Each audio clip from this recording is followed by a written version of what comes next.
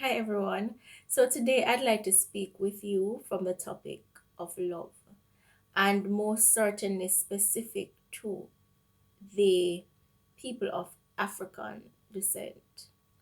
Now, there are many who do not know how to love or how to receive love. And yes, there are those theories, and of course, we cannot deny that we are suffering the remnants of our past and our history, our colonial history.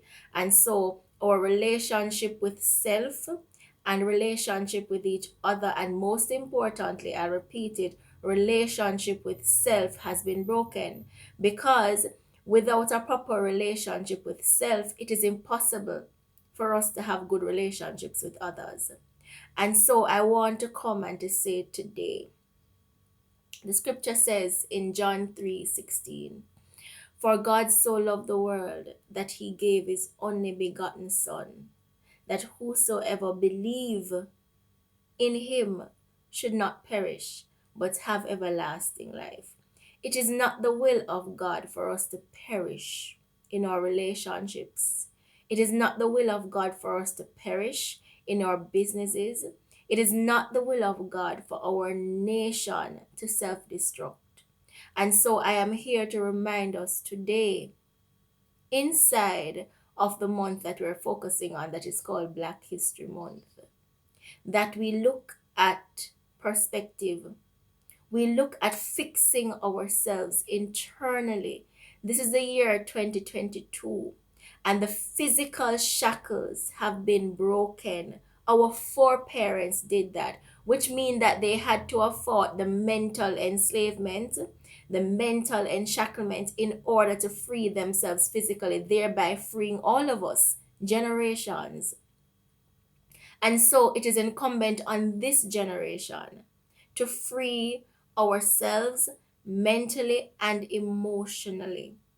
We are having relationships between the sexes that are self destructive relationships, where our men have decided, majority of our men have decided that they are going to continue along a self destructive path where they impregnate as many women as they can and run away and leave those women and the children.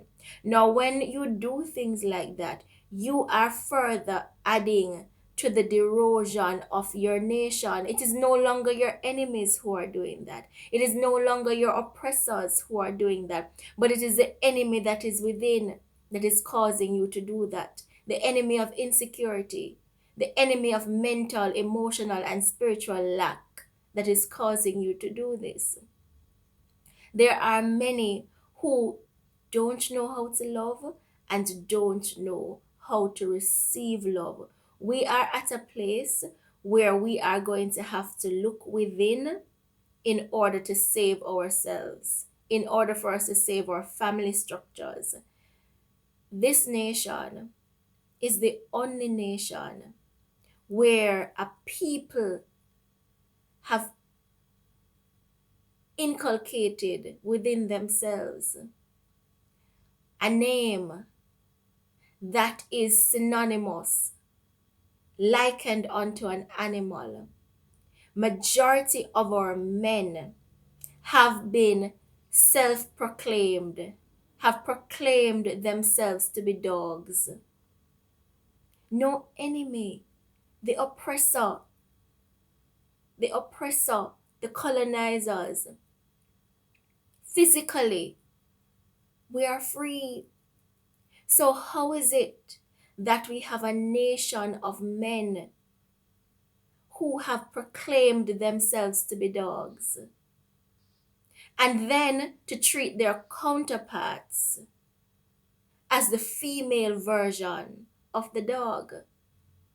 You have majority of our men have gone wayward, and we have to look within ourselves even as women to contemplate what is missing, where, because There are majority of our households that are single parent headed households, and the majority of the single parent headed households are headed by women because, of course, our men have reneged.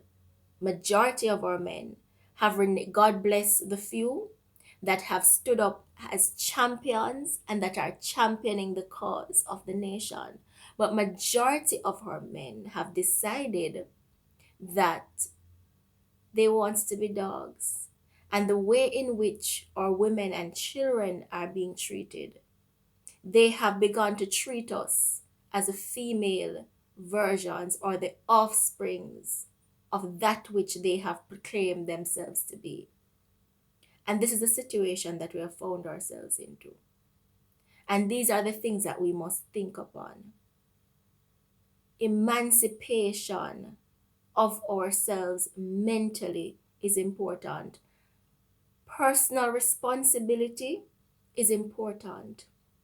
It makes no sense.